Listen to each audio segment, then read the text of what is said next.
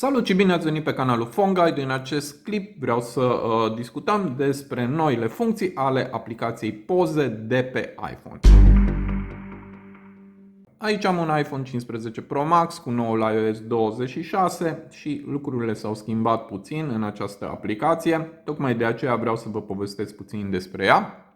În primul rând, acum în partea de jos avem doar două icoane plus icoana de căutare. Prima este cea de bibliotecă și dacă glisăm în sus putem să reordonăm pozele după ani, după luni sau putem să le afișăm pe toate. Dacă mergem în jos apare din nou și icoana de colecții. Bun, rămânem tot la bibliotecă. Avem în partea de sus o icoană pe care dacă apăsăm putem să le sortăm după adăugare recentă sau după data capturării. De asemenea, avem și o opțiune de filtrare. Acum sunt selectate toate articolele, dar putem să le filtrăm după favorite, editate, poze, clipuri video sau capturi de ecran. De exemplu, dacă selectez doar clipuri video, îmi apar doar acestea și dacă vreau să revin, apăs pe iconița de sus și dau eliminare filtru și am revenit la toate pozele. Dacă apăs din nou, ultima opțiune este cea de vizualizare și aici avem odată zoom înainte, pozele devin mai mari, zoom înapoi, am revenit, sau dacă mai dau odată zoom înapoi și mai mici.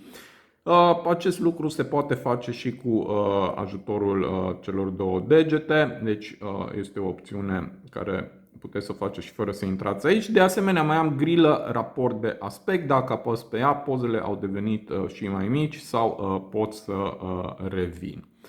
Bun, aceasta este icoana bibliotecă și dacă merg la cea de-a doua, la fila colecții, aici lucrurile devin puțin mai complicate. Din nou merg la icoana de sus cu cele trei puncte. Și am aici trei opțiuni. Prima este afișați tot, aceasta este activă în acest moment, sau restrângeți tot. Bun, și acum, după cum vedeți, nu mai apar pozele, apar doar ceea ce am, opțiunile, amintiri, fixate, albume și așa mai departe. Și dacă revin la afișați tot, avem trei opțiuni de afișare. Acum este cea de-a treia, dar aceasta este prima, a doua și cea de-a treia. Bun, ultima opțiune care o am aici este de reordonare. Acum s-au adunat toate și de aici le pot reordona, pur și simplu țin apăsat și o mut cu degetul mai sus, după care bifez și asta este tot. Bun. Acum, la această pagină de colecții vreau să merg mai în jos la mai multe articole. De ce merg aici? Pentru că aici am două opțiuni despre care vreau să vă vorbesc puțin. Prima opțiune este aceea de ascundere poze și aici puteți să puneți niște poze pe care nu vreți să le vadă altcineva care are acces la telefonul dumneavoastră. Acest fișier este protejat printr-un Face ID sau printr-un cod, deci puteți să îl protejați și dacă doriți să afișați albumul, va trebui ca telefonul să vă vadă chipul și aici am două poze de exemplu. Acestea apar. Dacă vreți să nu mai fie ascunse, pur și simplu țineți lung apăsat și dați reafișați și poza s-a mutat înapoi în bibliotecă. Bun, cea de-a doua opțiune despre care vreau să vă vorbesc este de șterse recent. Aici apar pozele pe care le-ați șters. Din nou, ca să accesați albumul, va trebui să apăsați afișați albumul, introduceți fie codul sau utilizați Face ID-ul. Și aici am pozele șterse recent. Dacă vreți să recuperați una, țineți lung apăsat pe ea și dați recuperați, iar acum ea va apărea înapoi în bibliotecă. Bun. Dacă doriți să nu fie protejate prin Face ID sau printr-un PIN, aceste două foldere se poate dezactiva opțiunea. Pentru aceasta va trebui să mergeți la configurări, aici mergeți în jos până la aplicații, mergeți și căutați aplicația cameră, poze, pardon, aici este. Iar aici avem utilizare Face ID. Ca să-l dezactivați, apăsați, din nou va trebui telefonul să vă vadă fața și s-a dezactivat, mergem înapoi și nu mai avem acel lacăt mic în dreptul celor două foldere. Bun. Îl voi reactiva înapoi, utilizare Face ID. Acum el la colecții apare și vreau să vă mai arăt o opțiune care o avem tot aici la configurări.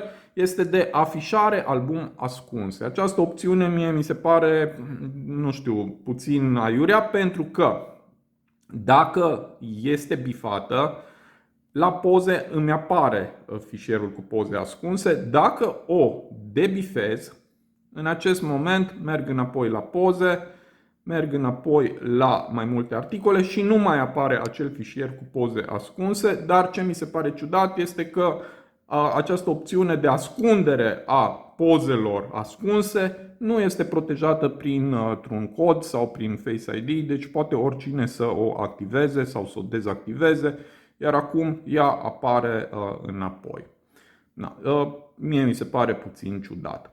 Bun, ce vreau să vă mai spun aici, poate ați aflat, pe noul iOS 26 avem opțiunea de poze 3D, poze spațiale. Dacă mergem pe o poză, aici apare această iconiță mică, este un mic hexagon și dacă apăsăm pe ea, poza se va transforma într-o scenă spațială și dacă mișc de telefon, după cum vedeți, norii din spate se mișcă, deci a făcut-o să fie tridimensională.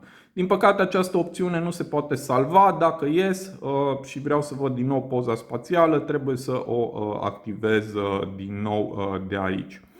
Bun, dacă nu va apare această iconiță, posibil să fie dezactivată tot de aici de la poze. Dacă mergem în jos, aici avem comandă pentru crearea pozelor spațiale. La mine este activată, dar dacă o dezactivez și merg înapoi la poze, ies de aici, apăs din nou pe poză, după cum vedeți nu mai apare și dacă merg să o activez din nou, merg la poze, acum ea a apărut din nou și pot să creez o scenă spațială.